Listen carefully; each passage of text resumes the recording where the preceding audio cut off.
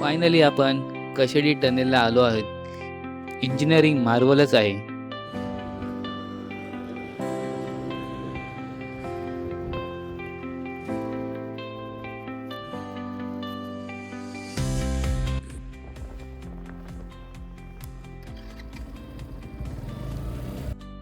नमस्कार मंडळी, आता मी पोचलो आहे कशेडी टनेलजवळ. हे इंजिनिअरिंग मार्वलच म्हणावं लागेल. मस्त असा बोगदा आहे हा.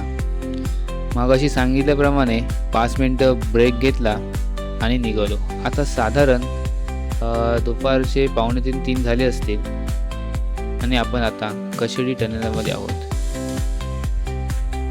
तसं या टनेलची ओपनिंग होऊन बरेच दिवस झालेत, पण आपण पहिल्यांदाच जात आहे. मस्त लाईट आतमध्ये पण आहेत, काहीच असा अंधार वाटत नाही. फक्त वरून मध्ये पाणी येते. सध्या तर पाऊस पण नाही तेवढा, पण पाणी येते. आता पावसाळ्यात काय होतंय हे बघावं लागेल. या टनेलमुळे एक 15 ते 20 मिनटं तरी आपल्या ट्रॅव्हलिंगचे वाचतात. ट्रॅफिक असेल तर तासभर पण जाऊ शकतो, कारण गणपती आणि मे महिन्याच्या सीझनमध्ये कशेडी घाटामध्ये अर्धा तास 1 तास ट्रॅफिक असायचं जुन्या रस्त्यावर.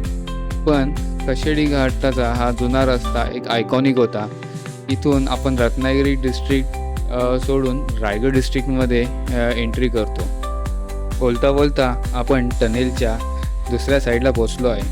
टनेलच्या ह्या दुसऱ्या एंडला येताना खूप उजेड येतो, त्याच्यामुळे गाडी जरा सावकाशच केलेली इथे बरी असते.